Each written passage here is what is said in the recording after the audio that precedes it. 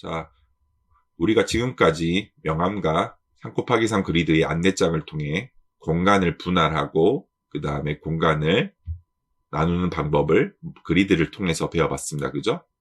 이런 식으로 공간을 분할하다 보면 기본적으로 우리가 대칭과 비대칭을 접할 수밖에 없습니다.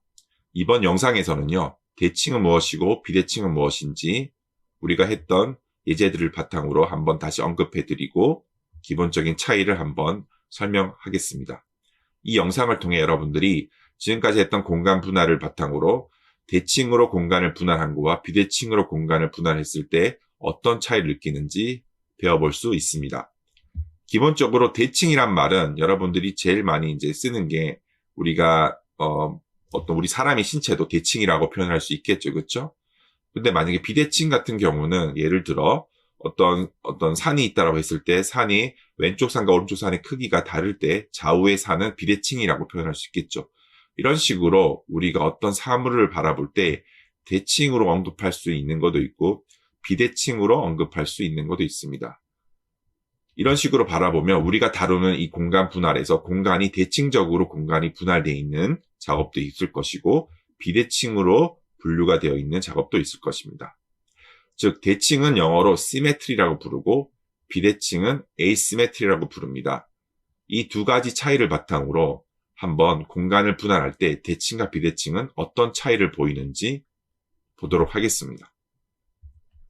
자, 지금 보면 우리가 처음에 했던 명암 디자인을 다시 가지고 왔는데요. 지금 봤던 이 명암은 왼쪽 명암은 어때요? 이름을 중심으로 좌우의 정보가 마치 우리가 미술 시간에 기억나시겠지만 이 데칼코마니라고 하는 기법 중에 왼쪽에 물감을 바르면 찍으면 오른쪽에 접었을 때 똑같은 모양이 나는 것처럼 마치 이 가운데 축을 기준으로 좌우가 동일한 어떤 균형을 가지고 있죠. 자, 그런데 오른쪽에 있는 명암을 한번 보시겠어요? 여기 보면은 왼쪽에 있는 이 정보와 오른쪽 정보가 어때요? 지금 봤을 때 다르죠, 그쵸? 즉 왼쪽에 있는 이 명암 위에 오른쪽의 명암은 좌우 정보가 불균형하다라고 표현할 수 있고 그에 비해 왼쪽에 있는 명암은 균형이 있다라고 표현할 수가 있겠죠. 즉 그래서 우리가 보는 이 왼쪽의 명암을 대칭으로 공간이 분할되어 있다고 할 수 있고 오른쪽에 있는 명암을 비대칭으로 공간이 분할되어 있다고 표현할 수가 있습니다. 즉 대칭은 여러분들이 봤을 때 이름 중심으로 지금 보는 것처럼 좌우의 정보가 동일하게 분류가 되어 있어요. 그래서 굉장히 클래식한 느낌을 줍니다. 보통 여러분들이 많이 봤던 그런 예전 영화의 오래된 영화의 책들 보면 이렇게 클래식한 구조, 즉 대칭 구조의 책들이 되게 많죠. 위에는 제목, 아래쪽에는 뭐 예를 들어 이름과 뭐 이런 주소들이 배분된 것처럼 예를 들어 뭐 이메일과 주소가 배분된 것처럼 동일한 선상에서 상하의 위계를 굉장히 균형 잡히게 갖고 있다면 오른쪽에 있는 이러한 구성들은 여러분들이 이런 모던한 느낌을 받습니다. 자, 그래서 어떤 정보의 균형이 어때요? 불균형이 돼 있죠. 지금 보면 이름과 전화번호가 주소에 비해서 어때요? 두 가지는 텍스트의 기본적인 분류가 많죠. 이름도 있고 전화번호도 있고 이메일도 있는데 여기 주소밖에 없죠. 이런 식으로 정보의 불균형을 가지고 있고 이 형태적으로도 봤을 때 좌우가 대칭적이지 않죠.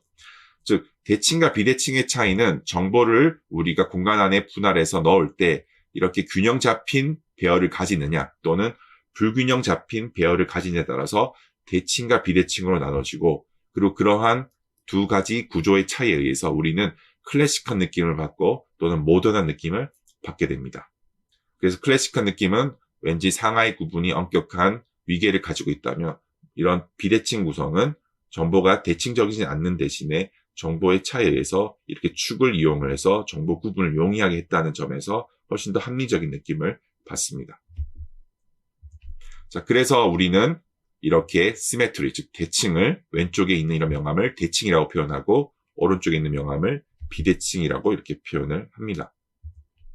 우리가 지금 방금 했던 이러한 3 곱하기 3 그리드의 명암도 그 안내장도 지금 보면 어때요? 기본적으로 비대칭 구성을 가지고 있죠. 즉 여기 좀 전에 봤던 이 명암과 동일하죠. 좌우의 정보가 두 축을 기준으로 불균형적으로 나눠져 있죠. 이렇게 대칭적으로 나눠져 있지 않죠. 자, 그래서 지금 보시면 이렇게 제목과 강연명과 날짜 정보의 이 A축과 그 다음에 학교 이름이 B축이 어때요? 기본적으로 축의 길이도 다르고 그 다음에 공간의 방의 사이즈도 어때요? 큰 방을 차지하는 게 있고 또 작은 방을 차지하는 것 있는 것처럼 기본적인 공간 구조도 다르죠.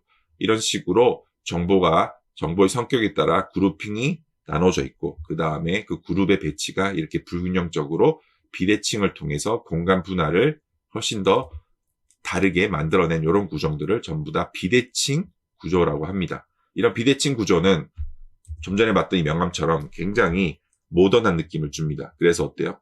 굉장히 공간 자체가 깔끔하게 정리가 돼 있죠. 그렇죠? 하지만 이런 식의 대칭 구조는 어때요? 이 흰색 공간이 굉장히 모양 자체가 오른쪽에 있는 비대칭에 비해서는 흰색 공간이 굉장히 복잡하게 형성이 됩니다.